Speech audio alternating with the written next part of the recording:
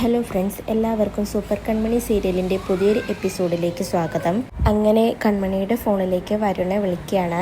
കൺമണിയാണെങ്കിൽ വർക്കിൻ്റെ തിരക്കിനിടയിൽ ഫോൺ എടുത്തുകൊണ്ട് ഹലോ ആരാ എന്ന് ചോദിക്കുന്നു. അപ്പോൾ വരുൺ തിരിച്ചു ചോദിക്കുകയാണ്, ഹലോ കൺമണി, എന്നെ നിനക്ക് മനസ്സിലായില്ലേ? എൻ്റെ ശബ്ദം നീ മറന്നുപോയോ? എൻ്റെ നമ്പറും നീ മറന്നുപോയോ എന്നൊക്കെ ചോദിക്കുന്നുണ്ട്.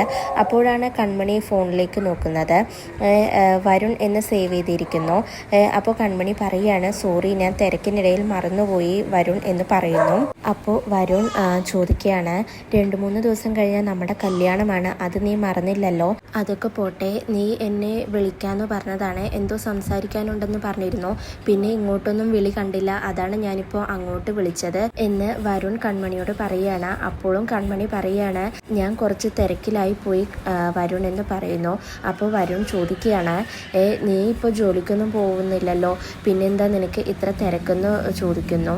അപ്പോൾ കൺമണി പറയുകയാണ്, വരുൺ എപ്പോൾ ഫ്രീ ആവും എന്ന് ചോദിക്കുകയാണ്. അപ്പോൾ വരുൺ പറയുകയാണ്, കൺമണി എപ്പോഴാണോ ഫ്രീ അപ്പോൾ തന്നെ ഞാനും ഫ്രീ ആവും എന്ന് വരുൺ കൺമണിയോട് പറയുകയാണ്. ഓക്കെ വരുൺ, എന്നാൽ ഇന്ന് വൈകിട്ട് 5:30 നമുക്ക് കാണാമെന്ന് പറഞ്ഞിട്ട് കൺമണി ഫോൺ കട്ട് ചെയ്യുകയാണ്. ഫോൺ കട്ട് ചെയ്തതിന് ശേഷം കൺമണിക്ക് വരുണിനോട് എല്ലാ കാര്യങ്ങളും എങ്ങനെ തുറന്നു പറയും എന്നോ ഒരു പേടിയോടുകൂടിയ മാനസികാവസ്ഥയിലാണ് കൺമണി. ഇതെല്ലാം കാണുന്നുണ്ട് കൃഷ് വന്നിട്ട് കൺമണിയോട് ചോദിക്കുന്നുണ്ട്, കൺമണി എന്തു പറ്റി എന്ന് ചോദിക്കുന്നു. അപ്പോൾ കൺമണി കൃഷിനോട് പറയുകയാണ്, നമ്മുടെ സന്തോഷത്തിനിടയിൽ ഒരു കാര്യം ഞാൻ സാറിനോട് പറയാൻ മറന്നു. എൻ്റെയും വരുണുമായിട്ടുള്ള കല്യാണ തീയതി തീരുമാനിച്ചു. വരുണും ഏട്ടത്തെയും കൂടിയിട്ടാണ് തീരുമാനിച്ചത് എന്ന് പറയുമ്പോൾ കൃഷി ആകെ ഷോക്കാവുന്നുണ്ട്. എന്നിട്ട് കൺമണിയോട് ചോദിക്കുകയാണ്, ഓക്കെ, എന്നിട്ട് എപ്പോഴൊക്കെയാണ് കല്യാണം എന്ന് ചോദിക്കുമ്പോൾ കൺമണി പറയുകയാണ്, ഈ വരുന്ന തിങ്കളാഴ്ചയാണ് സാർ കല്യാണം, ഇനി ആകെ 2 ദിവസം മാത്രമേ ഉള്ളൂ എന്ന് കൺമണി പറയുന്നു. എന്നിട്ട് എന്താ ഇത്രയും ദിവസമായിട്ട് കൺമണി ഇത് എന്നോട് പറഞ്ഞില്ലെന്ന് കൃഷി കൺമണിയോട് ചോദിക്കുമ്പോൾ കൺമണി പറയുകയാണ്, 2 ദിവസം മുന്നേ ഞാൻ ഇവിടെ വന്നപ്പോൾ വലിയൊരു തകർച്ചയാണല്ലോ നേരിട്ടത്. അത് കഴിഞ്ഞപ്പോൾ എനിക്ക് വളരെ സന്തോഷവും ഉണ്ടായി. പിന്നീട് അങ്ങോട്ട് ഞാനൊരു മായാലോകത്തായിരുന്നില്ലേ, അതിനിടയിൽ സാറിനോട് എല്ലാം ഞാൻ പറയാൻ വിട്ടുപോയതാണ് എന്ന് പറയുന്നു. പക്ഷേ ഇന്ന് വൈകുന്നേരം എന്തായാലും ഞാൻ വരുണിനെ കാണുന്നുണ്ട്, അവനോട് ഞാൻ നമ്മുടെ കാര്യങ്ങളെല്ലാം സംസാരിക്കുന്നുണ്ട്, എല്ലാ കാര്യങ്ങളും ഞാൻ അവനോട് തുറന്നു പറയുന്നുണ്ട് എന്നൊക്കെ കൺമണി കൃഷിനോട് പറയുന്നുണ്ട്. അപ്പോൾ കൃഷി പറയുകയാണ്, യെസ്, എല്ലാം ഇന്ന് തന്നെ അവനോട് പറയണം എന്ന് പറയുകയാണ്. അപ്പോൾ കൺമണി പറയുകയാണ്, എല്ലാം ഞാൻ അവനോട് ഇന്ന് തന്നെ പറയും. പിന്നെ ഏട്ടത്തി അവനിൽ നിന്നും വാങ്ങിച്ച സ്വർണവും പണവും അതിൻ്റെ കാര്യത്തിലും ഒരു തീരുമാനം ഉണ്ടാക്കണം എന്ന് പറയുമ്പോൾ കൃഷി പറയുകയാണ്, അതെല്ലാം പിന്നത്തെ കാര്യമാണ് കൺമണി, അതൊക്കെ നമുക്ക് വഴിയുണ്ടാക്കാം, ഇപ്പോൾ നമുക്ക് നമ്മുടെ കാര്യമാണ് വരുണിനോട് സംസാരിക്കേണ്ടത് എന്ന് കൃഷി പറയുമ്പോൾ കൺമണി പറയുകയാണ്, എനിക്ക് ഇതെങ്ങനെ വരുണിനോട് സംസാരിക്കുമെന്ന് ആലോചിച്ചിട്ട് ഒരു പ്രയാസം തോന്നുന്നുണ്ട് എന്ന് പറയുമ്പോൾ കൃഷി പറയുകയാണ്, കൺമണി എന്തിനാ പേടിക്കുന്നത്, ഞാനുണ്ടല്ലോ നിൻ്റെ കൂടെ, ഇത് നിൻ്റെ മാത്രം പ്രശ്നമല്ല, നമ്മുടെ പ്രശ്നമാണ്, ഞാനും കൂടെ വരാം നിൻ്റെ കൂടെ അവനോട് സംസാരിക്കാൻ എന്ന് പറഞ്ഞിട്ട് അവർ രണ്ടുപേരും വരുണിനോട് സംസാരിക്കാൻ പോവുകയാണ്. അതിനുശേഷം ലാലിയോട് വന്നിട്ട് ക്ലീറ്റസ് സംസാരിക്കുന്നുണ്ട്. സുമിത്രയും ഷൺമുഖദാസും ക്ലീറ്റസിനോട് പറഞ്ഞിട്ടുണ്ട്, ലാലിയെ കുറച്ച് ദിവസം ഇവിടെ നിന്നും മാറ്റി നിർത്തണം, ഗോവയിലേക്ക് പറഞ്ഞയക്കണം എന്നൊക്കെ. അതനുസരിച്ച് ക്ലീറ്റസ് വന്നിട്ട് ലാലിയോട് പറയുകയാണ്, മമ്മി കുറച്ച് ദിവസത്തേക്ക് ഇവിടെ നിന്ന് മാറി നിൽക്കണം, ഗോവയ്ക്ക് പോകണമെന്നൊക്കെ പറയുന്നുണ്ട്. പക്ഷേ ലാലി പറയുന്നുണ്ട്, എന്തൊക്കെ പറഞ്ഞാലും ഞാൻ ഇവിടെ നിന്ന് പോവില്ല, അവർ പറയുന്നതെല്ലാം ചെയ്തും പറഞ്ഞും കൂടെ നിന്നിട്ടും എന്തെങ്കിലും ഒന്നും അങ്ങോട്ടോ ഇങ്ങോട്ടോ മാറിപ്പോയാൽ അപ്പോൾ അവരെന്നെ കുറ്റപ്പെടുത്തും, എനിക്കിനി വയ്യ, ഞാൻ ഇങ്ങോട്ടും പോവില്ല എന്നൊക്കെ പറയുമ്പോൾ ക്ലീറ്റസ് പറയുകയാണ്, മമ്മി അതൊന്നും കാര്യമാക്കണ്ട, അവർ നമുക്ക് ക്യാഷ് തരുന്നുണ്ടല്ലോ, വേറെ ഏത് പണിക്ക് പോയാലും നമുക്ക് ഇങ്ങനെയൊന്നും ക്യാഷ് കിട്ടില്ലല്ലോ, അപ്പോൾ നമ്മൾ ആ ക്യാഷ് മാത്രം ആലോചിച്ചാൽ മതി, പിന്നെ ഞാൻ ഗോവയ്ക്കൊന്നും പോവില്ല, വേണമെങ്കിൽ ഇവിടുന്ന് ഒരു ഈച്ചക്കുഞ്ഞു പോലും അറിയാതെ മാറി നിൽക്കാം, സുമിത്ര മാഡവും ബാലു സാറും നമ്മൾ വിചാരിക്കുന്നത് പോലെയല്ല, തക്കം കിട്ടിയ അവർ നമ്മളെയും ചതിക്കും, അതുകൊണ്ട് നീ അവരോട് സൂക്ഷിച്ചു നിന്നോ എന്നൊക്കെ ലാലി ക്ലീറ്റസിനോട് പറയുകയാണ്.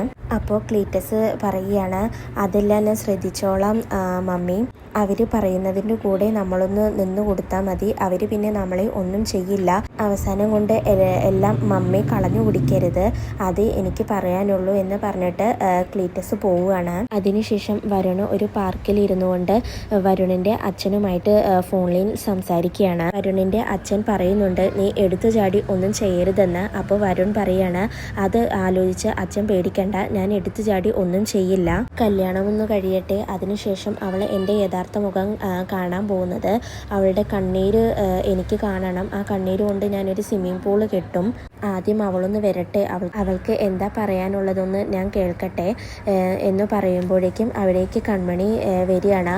അപ്പോൾ വരുണിൻ്റെ അച്ഛനോട് പറയുകയാണ് അച്ഛൻ ഞാൻ പിന്നെ വിളിക്കാം എന്ന് പറഞ്ഞിട്ട് ഫോൺ കട്ട് ചെയ്യുന്നു. പിന്നീട് കൺമണി വന്നതിന് ശേഷം വരുൺ കൺമണിയോട് പറയാണ് കൺമണി, ഇന്ന് എൻ്റെ ജീവിതത്തിൽ പ്രതീക്ഷിക്കാത്ത ഒരു സന്തോഷകരമായ നിമിഷമാണിത്. 1000 വർഷത്തിൽ ഒരിക്കൽ മാത്രം നടക്കുന്ന ഒരു ചരിത്ര നിമിഷം കൺമണി എന്നോട് ഇങ്ങോട്ടായി പറഞ്ഞിരിക്കുന്നു, നമ്മൾക്ക് പുറത്ത് വെച്ച് സംസാരിക്കാമെന്ന്. പറയൂ കൺമണി, എന്താ നീ എന്നെ കാണണമെന്ന് പറഞ്ഞത്, എന്താ നിനക്ക് എന്നോട് പറയാനുള്ളതെന്ന് വരുൺ കൺമണിയോട് ചോദിക്കുകയാണ്. അപ്പോൾ കൺമണി പറയുകയാണ് നമ്മുടെ കല്യാണം നടക്കില്ല, എനിക്ക് വരുണിൻ്റെ ഭാര്യയാവാൻ സാധിക്കില്ല എന്ന് കൺമണി പറയുമ്പോൾ വരുൺ ചോദിക്കുകയാണ് അതെന്താ അങ്ങനെ എന്ന് ചോദിക്കുമ്പോൾ കൺമണി പറയാണ് ഇതിനു മുന്നേ ഞാൻ എല്ലാം വരുണിനോട് തുറന്നു പറഞ്ഞിട്ടുണ്ടല്ലോ, വരുണിൻ്റെ അച്ഛനോട് ഞാൻ എല്ലാം വിശദീകരിച്ച് തന്നെ പറഞ്ഞിട്ടുണ്ട് എന്ന് കൺമണി വരുണിനോട് പറയാണ്. അപ്പോൾ വരുൺ തിരിച്ച് കൺമണിയോട് ചോദിക്കുകയാണ് നീ എന്താ പറഞ്ഞു വരുന്നത്, വിവാഹം നടക്കില്ലെന്നാണോ എന്ന് വരുൺ ചോദിക്കുമ്പോൾ അവിടേക്ക് കൃഷി വരികയാണ്. കൃഷി വന്നിട്ട് വരുണിനോട് പറയുകയാണ് അതെ, വിവാഹം നടക്കില്ല, കാരണം കൺമണിയുടെ വിവാഹം ഓൾറെഡി നടന്നു കഴിഞ്ഞു. നീ എന്താ പറയുന്നത്, കൺമണിയുടെ വിവാഹം നടന്നു എന്നോ, ആരാ പറഞ്ഞ കൺമണിയുടെ വിവാഹം നടന്നു എന്ന് വരുൺ കൃഷിനോട് ചോദിക്കുമ്പോൾ കൃഷി പറയണ അതേ, കൺമണിയുടെ വിവാഹം നടന്നു, ഞാനുമായിട്ട്, അതായത് ഈ കൃഷി സാഗറുമായിട്ടാണ് കൺമണിയുടെ വിവാഹം നടന്നത്. ഒരു അന്യപുരുഷന്റെ ഭാര്യയെ ആഗ്രഹിക്കുന്നത് അത്ര നല്ലതല്ലല്ലോ വരുൺ, ഒരു ഭർത്താവ് എന്ന നിലയ്ക്ക് എൻ്റെ കൺമണിയെ നീ ശല്യപ്പെടുത്തിയെങ്കിലും അതൊക്കെ പോട്ടെ, ഞാൻ ക്ഷമിച്ചിരിക്കുന്നു, ഇനി ഇവളെ ബുദ്ധിമുട്ടിക്കരുത്, ഇതും പറഞ്ഞുകൊണ്ട് ഇവളുടെ പിന്നാലെ നടക്കരുത്, നമുക്ക് ഇവിടെ വെച്ച് എല്ലാം സമാധാനപരമായിട്ട് ഒത്തുതീർപ്പാക്കാം, ഇനി നമുക്ക് അങ്ങോട്ട് നല്ല ഫ്രണ്ട്സ് ആയിട്ട് ഇരിക്കാമെന്ന് കൃഷി വരുണിനോട് പറയുമ്പോൾ വരുൺ ദേഷ്യത്തോടെ പറയുകയാണ് വിവാഹം നടന്നുവെന്നോ, രണ്ടുപേരും കൂടിയിട്ട് എൻ്റെ അടുത്ത് ഒരു നാടകമായിട്ട് വന്നിരിക്കുകയാണ്, നിങ്ങളുടെ വിവാഹമൊന്നും നടന്നിട്ടില്ല എന്ന് പറയുമ്പോൾ കൃഷിന് ദേഷ്യം വരികയാണ്.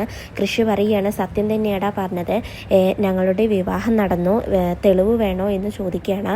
അപ്പോൾ വരുൺ പറയുകയാണ് അതെ, എനിക്ക് തെളിവ് വേണം, നിങ്ങൾ തമ്മിൽ കല്യാണം കഴിച്ചു എന്നതിൻ്റെ സർട്ടിഫിക്കറ്റ് എനിക്ക് കാണണമെന്ന് പറയുമ്പോൾ കൃഷി വരുണിനോട് പറയുകയാണ് ഒരു കടലാസ് പേപ്പറിൽ എന്തിരിക്കുന്നു, നിനക്ക് അതിനേക്കാൾ വലിയ തെളിവ് ഞാൻ കാണിച്ചു തരാടാ എന്ന് പറഞ്ഞിട്ട് കൺമണിയുടെ താലി കാണിച്ചു കൊടുക്കുകയാണ്. എന്നിട്ട് കൃഷി പറയുകയാണ് കണ്ണു തുറന്ന് കാണ്, ഇനി സംശയങ്ങളൊന്നും ബാക്കി വെക്കണ്ട, ഈശ്വരനെ സാക്ഷിയാക്കി ഞാൻ ഇവളുടെ കഴുത്തിൽ കെട്ടിയ താലിയാണിത്, ഈ ജന്മം മുഴുവൻ ഒരുമിച്ച് ജീവിക്കാനുള്ള അടയാളമാണിത്, 1000 വരുൺമാര് വിചാരിച്ചാലും ഈ കഴുത്തിൽ ഈ താലി പൊട്ടിക്കാൻ പറ്റില്ല, ഇനി അഥവാ അതിന് ശ്രമിച്ചാൽ നിന്നെ ഞാൻ കത്തിച്ചു കളയുമെന്ന് കൃഷി വരുണിനോട് പറയുകയാണ്. ഇത് കേൾക്കുന്ന വരുണ് ദേഷ്യത്തോടെ കൺമണിയോടും കൃഷിനോടും ചോദിക്കുകയാണ് അപ്പോൾ നിങ്ങൾ എന്നെ ചതിക്കുകയായിരുന്നു അല്ലേ എന്ന് ചോദിക്കുമ്പോൾ കൺമണി സംസാരിക്കാൻ പോകുമ്പോൾ കൃഷി പറയുകയാണ് കൺമണി വേണ്ട, ഞാൻ സംസാരിച്ചോളാം എന്ന് കൃഷി പറയുകയാണ്. എന്നിട്ട് കൃഷി വരുണിനോട് പറയുകയാണ് ഞങ്ങൾ നിന്നെ ചതിച്ചെന്നോ, നീയാടാ ഈ പെൺകുട്ടിയെ ചതിച്ചത്, ഈ പെൺകുട്ടിയുടെ പിന്നാലെ നടന്ന് പേടിപ്പിക്കുകയും കരയിപ്പിക്കുകയും ചെയ്തു നീ, അവളുടെ ജോലി വരെ ഇല്ലാതാക്കാൻ നോക്കി നീ, ഇവളുടെ ഏട്ടത്തെയും കൂട്ടുപിടിച്ച് ഇവളുടെ വീട് സ്വന്തമാക്കി.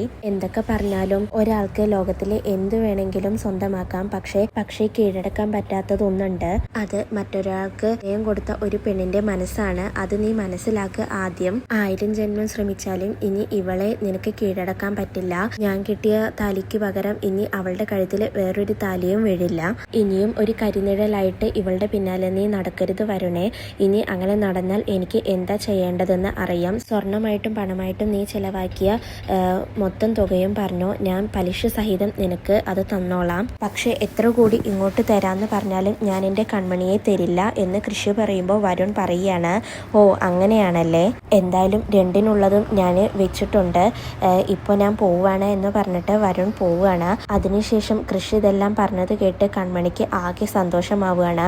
കൺമണിക്ക് സന്തോഷവും സങ്കടവും എല്ലാമായി കൺമണി കൃഷിൻ്റെ മുന്നിൽ കൈകൂപ്പി നിൽക്കുകയാണ്.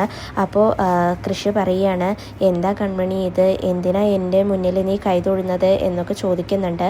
അപ്പോൾ കൺമണി പറയുകയാണ്, പിന്നെ ഞാൻ എപ്പോഴാണ് സാർ ഇത് ചെയ്യേണ്ടത്? വരുണിനോട് സാർ എല്ലാം തുറന്നു പറയുമ്പോൾ എനിക്ക് ലോകത്തോട് എല്ലാവരോടും വിളിച്ചു പറയുന്നത് പോലെ തോന്നി സാർ. പക്ഷേ എനിക്കൊരു പേടിയുണ്ട്, വരുണ് ഇത് എല്ലാവരോടും പറയും, അതോടെ ഇത് എല്ലാവരും അറിയും സാർ എന്ന് പറയുമ്പോൾ കൃഷി കൺമണിയോട് പറയുകയാണ്, കൺമണി ഒരിക്കലും പേടിക്കണ്ട, ഞാനുണ്ടല്ലോ നിന്റെ കൂടെ. പ്രശ്നങ്ങളില്ലെങ്കിൽ ജീവിതത്തിന് എന്താണ് ഒരു സുഖം? അവൻ്റെ കണക്കുകളെല്ലാം ഞാൻ തീർത്തു കൊടുക്കുന്നുണ്ട്. അങ്ങനെ ഓരോരുത്തരായിട്ട് നമ്മുടെ കാര്യങ്ങളെല്ലാം അറിയട്ടെ കൺമണി എന്ന് കൃഷി കൺമണിയോട് പറയുകയാണ്. ഇത് കേൾക്കുമ്പോൾ കൺമണിക്ക് സന്തോഷമാവുന്നുണ്ട്. അതിനുശേഷം കൃഷി കൺമണിയെ ചേർത്ത് പിടിച്ചുകൊണ്ട് കൺമണിയോട് ചോദിക്കുകയാണ്, അത് പോട്ടെ, വൈകിട്ട് എന്താ കൺമണി പരിപാടി? ഈ പ്രഷർ കുറയ്ക്കാൻ നമുക്കൊരു നാരങ്ങ വെള്ളം കുടിച്ചാലോ എന്ന് ചോദിക്കുകയാണ്. അതിനുശേഷം കൺമണിയും കൃഷിയും കൂടി പോവുകയാണ്. എന്നാൽ ഇതെല്ലാം കേട്ടുകൊണ്ട് വരുണ് ഒളിഞ്ഞു നിൽക്കുന്നുണ്ടാവും. എന്നിട്ട് വരുൺ പറയുകയാണ്, നിന്റെ കഴുത്തിലെ താലി ഞാൻ പൊട്ടിക്കുമെടി, നിന്റെ ഒരു പവിത്ര അടയാളം. ആ താലി ഞാൻ പൊട്ടിച്ച് എൻ്റെ താലി ഞാൻ അവിടെ ചാർത്തുമെന്ന് വരുൺ ദേഷ്യത്തോടെ പറയുകയാണ്. അതിനുശേഷം ജയിലിലെ ബലരാമനോട് സഹദേവൻ എന്ന പോലീസ് വന്നിട്ട് നിന്നെ പുറത്തിറക്കാനായിട്ട് എത്തുന്നത് നമ്മുടെ അഡ്വക്കേറ്റ് ഷൺമുഖദാസ് ആണ്, ക്രിമിനൽ ലോയറാണ് അദ്ദേഹം, അയാൾ വിചാരിച്ചാൽ നിന്നെ ഈസിയായി പുറത്തിറക്കാം എന്നൊക്കെ പറഞ്ഞുകൊണ്ടിരിക്കുന്ന സമയത്താണ് അവിടേക്ക് അഡ്വക്കേറ്റ് ഷൺമുഖദാസ് വരുന്നത്. അഡ്വക്കേറ്റ് ഷൺമുഖദാസ് സഹദേവൻ പോലീസിനോട് പറയുന്നുണ്ട്, ഞങ്ങൾക്ക് കുറച്ച് പേഴ്സണലായി സംസാരിക്കണം എന്ന് പറയുമ്പോൾ സഹദേവൻ പറയാണ്, ആയിക്കോട്ടെ ഞാൻ പോവാം എന്ന് പറഞ്ഞിട്ട് സഹദേവൻ പോലീസ് പോവുകയാണ്. അതിനുശേഷം ഷൺമുഖദാസ് ബലരാമനോട് സംസാരിക്കുകയാണ്. ഹലോ ബലരാമൻ. ബലരാമൻ്റെ അമ്മ, അയ്യോ സോറി, ബലരാമൻ്റെ വളർത്തമ്മ സുമിത്ര മാഡം എന്നോട് കാര്യങ്ങളൊക്കെ പറഞ്ഞിരുന്നു.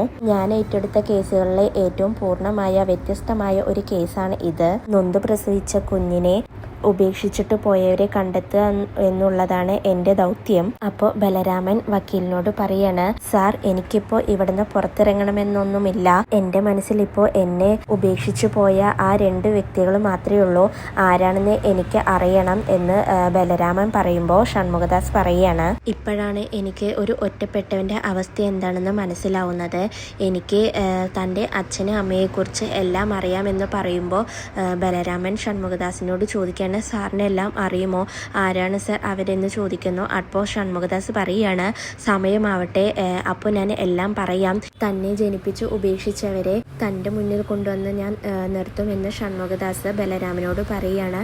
ഇതോടുകൂടിയാണ് ഇന്നത്തെ എപ്പിസോഡ് അവസാനിക്കുന്നത്. ബൈ.